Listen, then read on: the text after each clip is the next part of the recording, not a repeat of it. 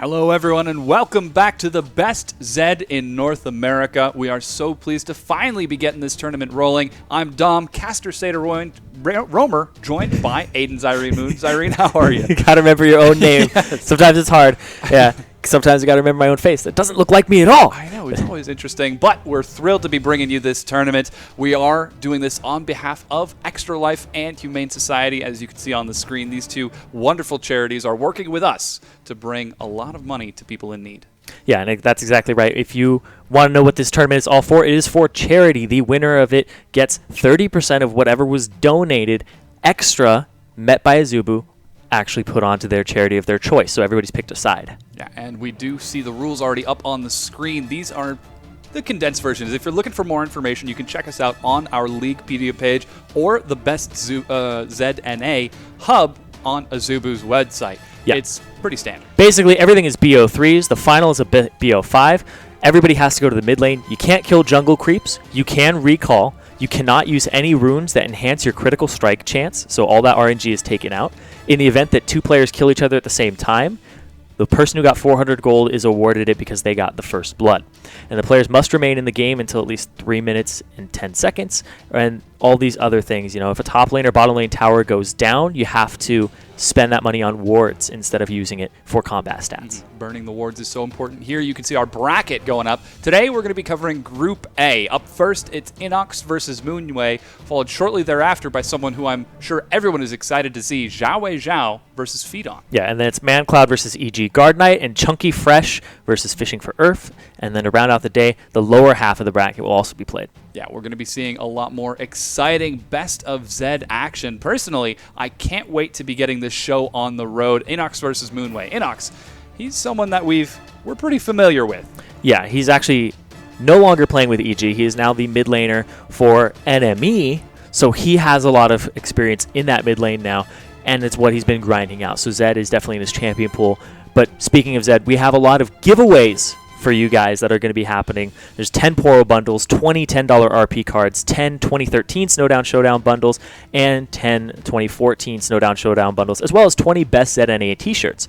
But while we have time to explain this, as we wait for the players to get into the lobby, the biggest part of the giveaway is the winner gets to go to either OGN, EULCS, or NALCS, depending on what region you are in. And I think Worlds is also in the question too, if Worlds happens to end up in the region that you're in. Exactly. We don't know what region Worlds is just yet, so if you win that grand prize package, there is a lot of exciting yeah, a lot of exciting giveaways, and there's about 10 hours left on that, maybe 9 at this point, but you can go to content.azubu.tv/best-z-na-hub, and then you can go ahead and enter on there. There's multiple ways to enter. You can tweet about it. You can do all these different things and get different kind of points towards your giveaway chances. So you can enter multiple times via that. Yeah, and right now, as you see the countdown on our screen, we're waiting for the players to get into lobby. They do have a very short time frame in order to get into the lobby and get into matches. As you have noticed, we have 16 players playing today, another 16 tomorrow, so we're running on a very tight schedule. And we're absolutely thrilled to be here. This is a very exciting opportunity. Yeah, and just to tell people how you actually end up winning the match, because things might be a little different than if you've watched Best Riven NA and things along those lines.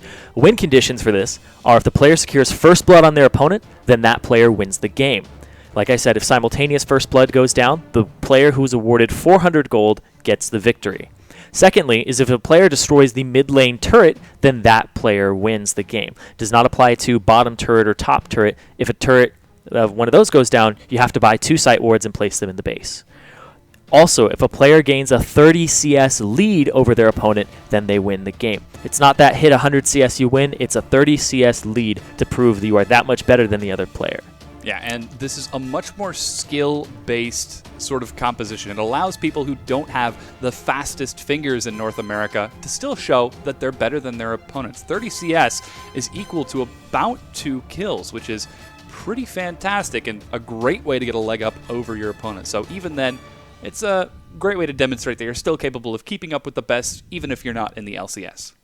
Yeah, and like I said, there's so many different ways to win this tournament, win your matchups, and there's a lot of people who come into this with disadvantages in terms of popularity or maybe even mechanical skill, but there are still ways and little advantages that they have, little edges. Because I know there are people here who main Zed up against people who are like LCS players, right?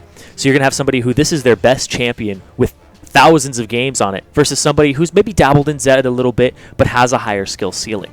So it's one of those things where somebody does have a nice little advantage there despite being unknown. Yeah, and we already have received some donations toward our charities, towards Extra Life and the Humane Society. We did get $25 from Daniel Schnell.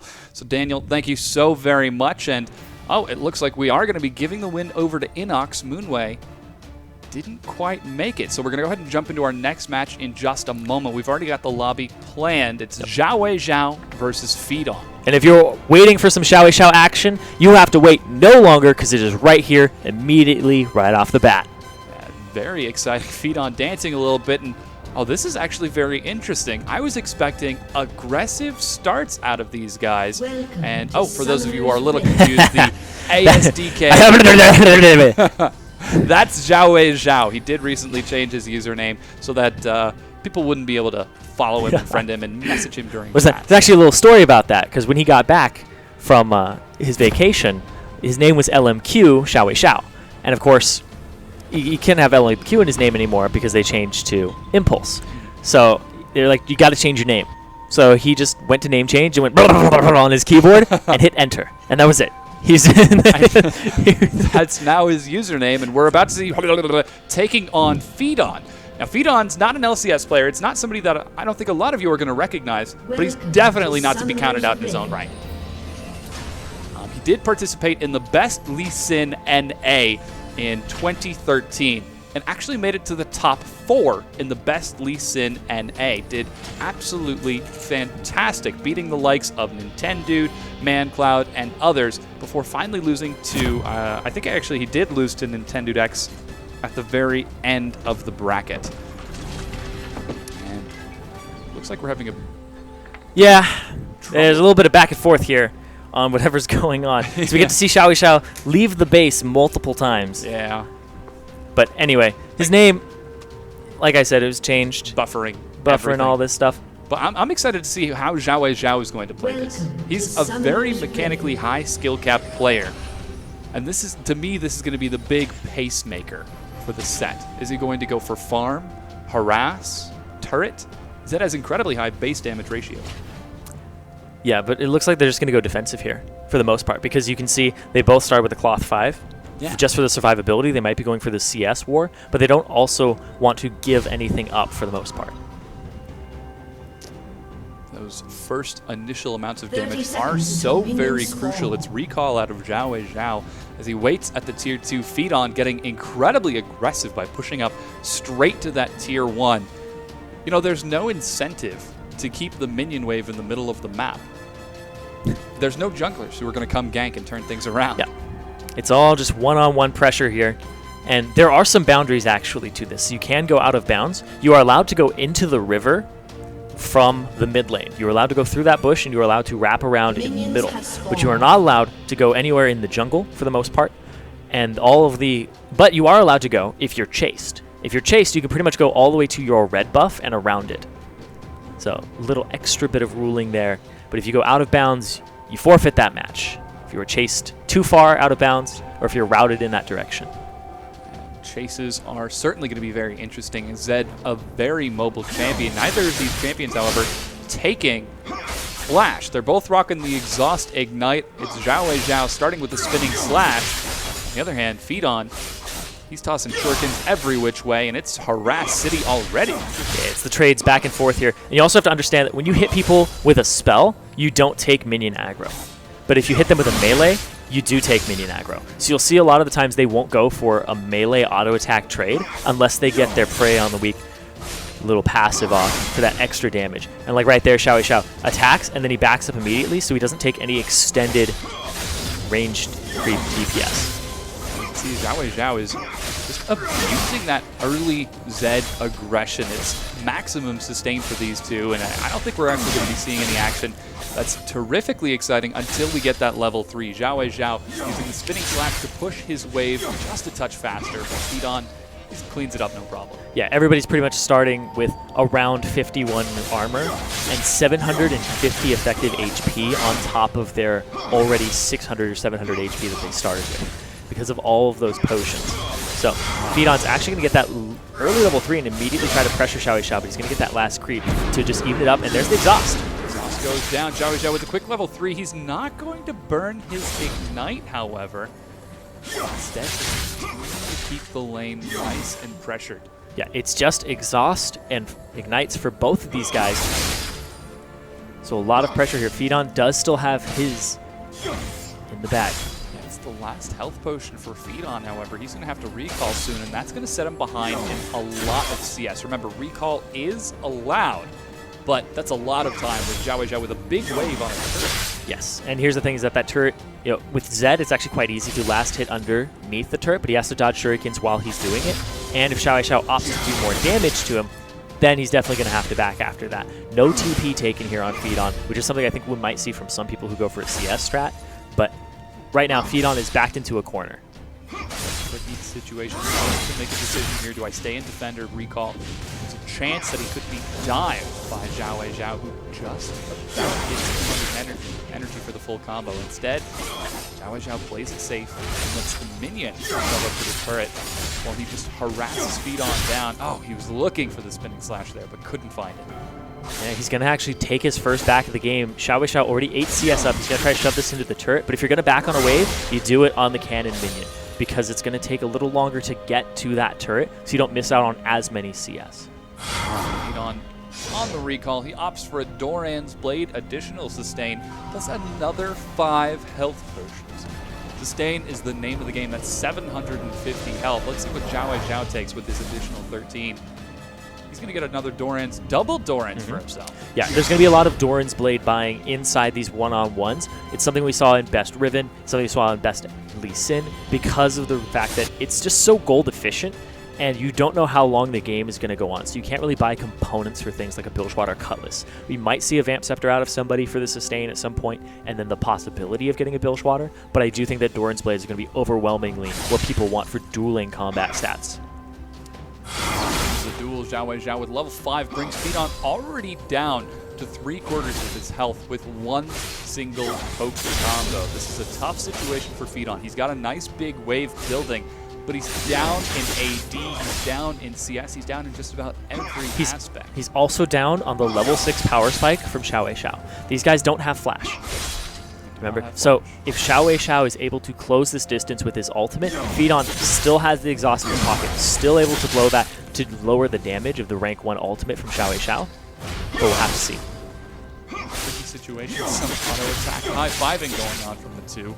The wave is pushed now on the Xiao side of the map for the first time in 6 minutes. Xiao on defensive, but he does have higher AD, he does have higher ratios.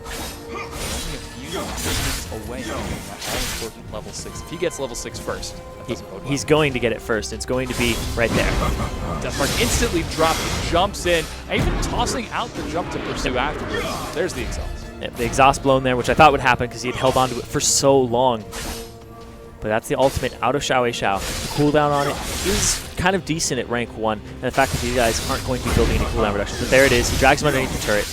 Ooh, Feedon taking a bit of damage from the turret, and Xiao soaks nothing. Yeah, and these trades, things like this, are actually going to be exponential in this game.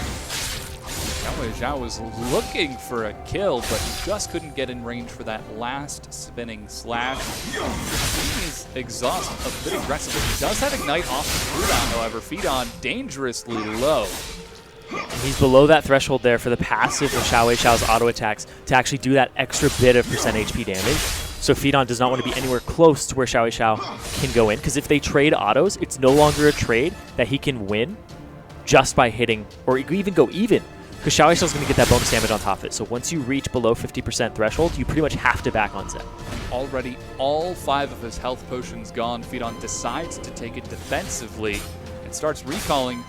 Oh, this is the cannon minion wave. Feedon, this is a dangerous position to find yourself in. I don't know if I agree with his still being in lane. Level 7 picked up by Xiao. Half health for Feedon and Ignite on the cooldown. This could be a dive if Xiao is getting fast.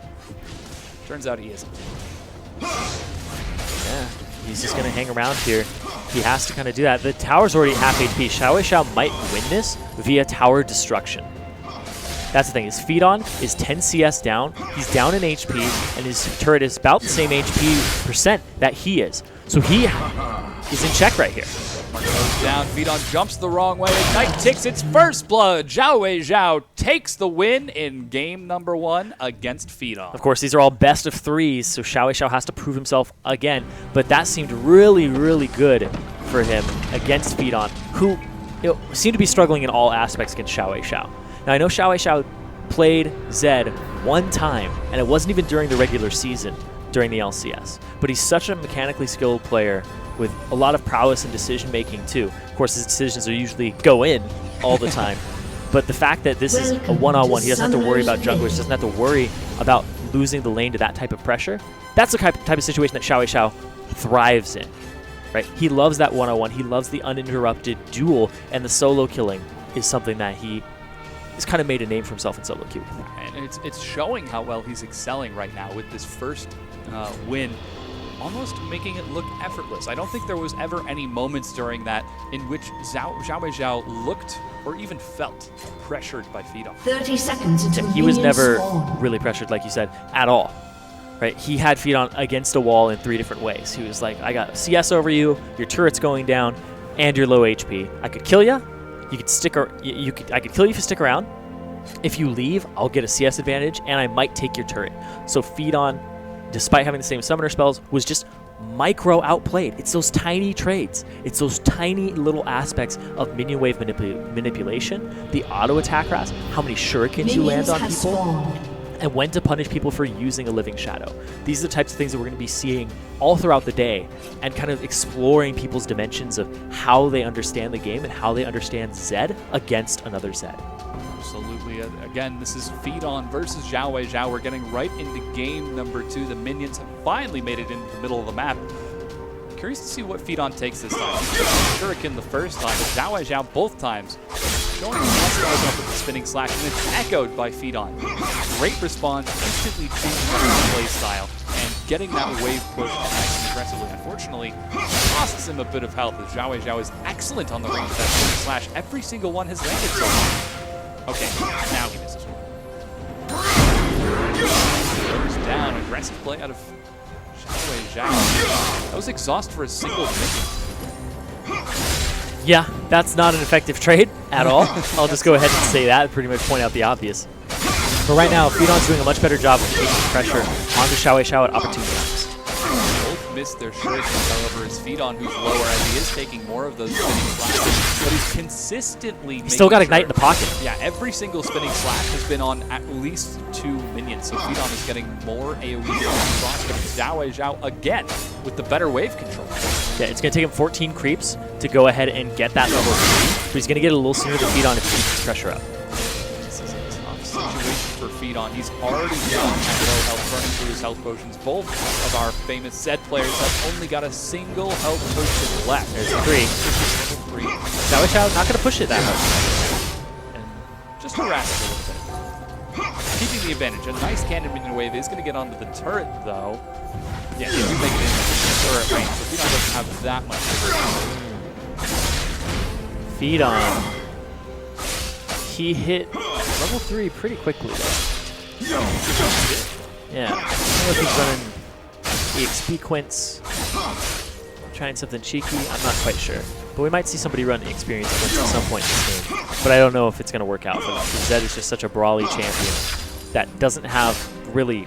I don't think we're going to see a lot of level 2 kills in these games. I think people are going to be able to play it a lot safer than that. The important spikes. Level 3, 5, 6, 7. At level 3, you gain 3 additional base HP, and at level 5, you gain 3 additional base HP. Level 6, we all know what happens then.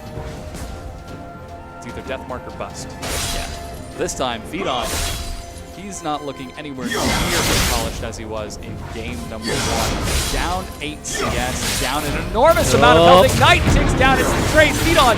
He should run back to the tier. Oh, he goes down. Zhao wins the set 2-0, making it look easy. Yeah, he walked up there, used contempt for the weak. Every trade that he could get onto him and then just walks up and ignites.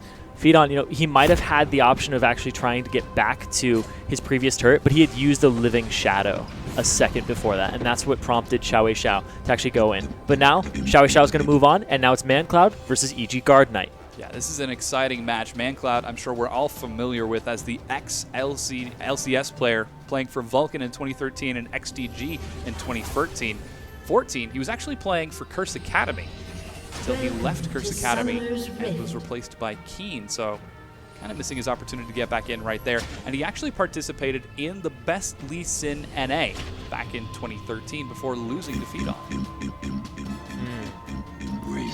The shadow. He's just got to dance it out a little bit. Dance it out a little bit. Usual. Yeah, ManCloud, he's been actually looking around a bit, I think. I think he's been trying to find himself since his little stints in the LCS. And it's good to see him here today. It really is. I think he's actually, fun fact, he's like 23 years old, but I think he might be the oldest person in this tournament. Everybody's like a 17-year-old, 18-year-old kid in high school playing this, and that just shows. We even have like a 16-year-old here today.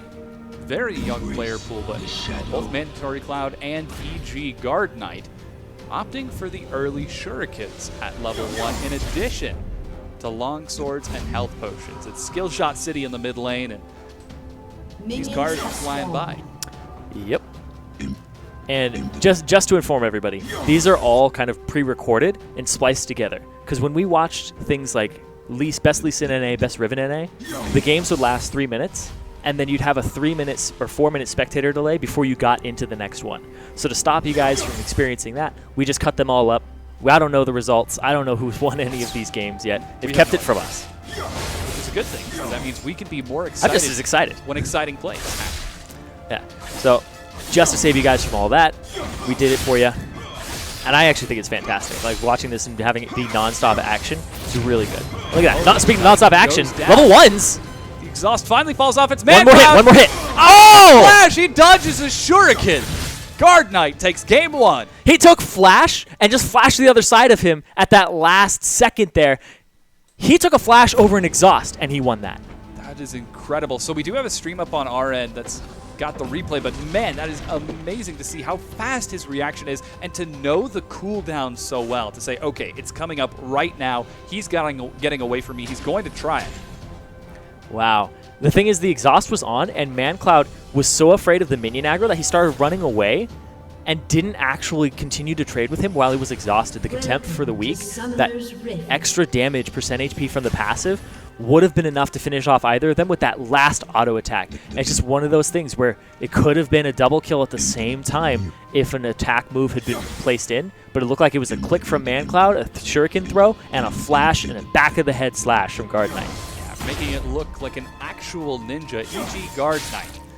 Absolutely incredible play. He is a high-level solo queue player, but other than that, a relatively unknown person in the professional and challenger scene. We haven't seen too much of him outside of this. Yeah, I know he plays Super Smash Brothers online. Yeah. Yeah, that's all I know about him. He's got to be technically plays the if melee. you play Super Smash Brothers, then you have... That was the wave dashing right there. Yes. He wave dashed behind Mandatory Cloud and got him in the back of the head with an up tilt. Absolutely. So what Super Smash Brothers character would Zed be? That's like a Sheik. It's like if anything, it's close to a Sheik. Actual ninja. Yeah, I can see that. Anyway, I was thinking like Fox because he's fast, but hey, I like the Sheik better. Yeah.